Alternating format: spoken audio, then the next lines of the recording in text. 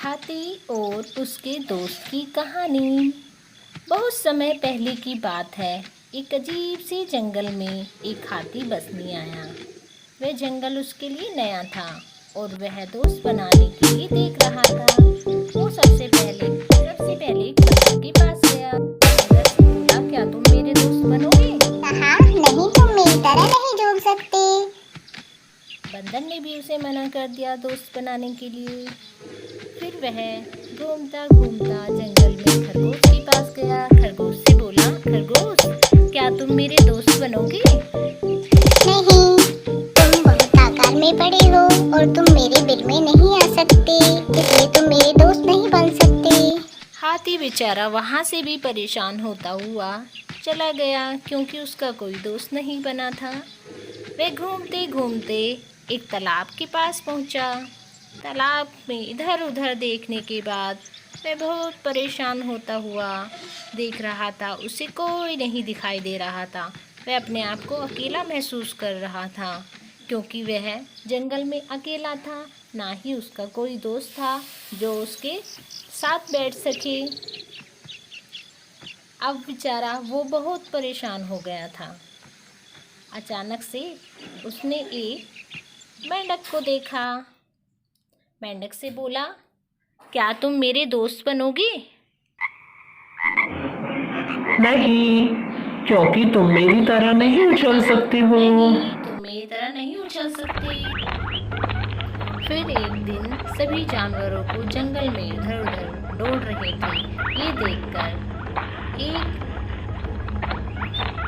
एक हिरन से हाथी ने पूछा कि तुम सब कहाँ जा रहे हो?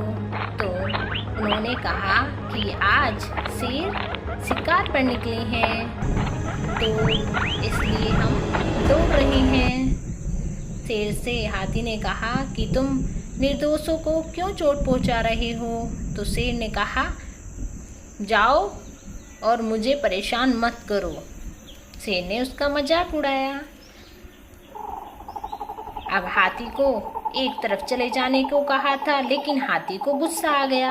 उसने शेर को उसकी सारी ताकत देकर धक्का दे दिया। धक्का देने के बाद शेर तेजी से गोल गोल गोल गोल करके घूमने लगा और शेर बहुत दूर जा करके गिर गया। अब हाथी खुश होता हुआ वहाँ से चलने लगा। अब वह बहुत खुश था। हाथी के पास सभी जानवर आए। उसने कहा, तुम बेशक शरीर में कितने ही बड़े हो, लेकिन तुम आज से हमारे दोस्त बन सकते हो। और वे सब उसके साथ खुश हो गए। खुश होते हुए वे एक साथ मस्ती करने लगे और फिर बातें करने लगे। सभी एक दूसरे से अच्छे से बातें कर रहे थे। तो हमें इस बात से सीख मिलती है कि एक व्यक्ति का आकार उसके मूल्य पर निर्धारित नहीं करता है। चाहे वो कितना ही बड़ा क्यों ना हो, उसे हमेशा दूसरों का ध्यान रखना चाहिए।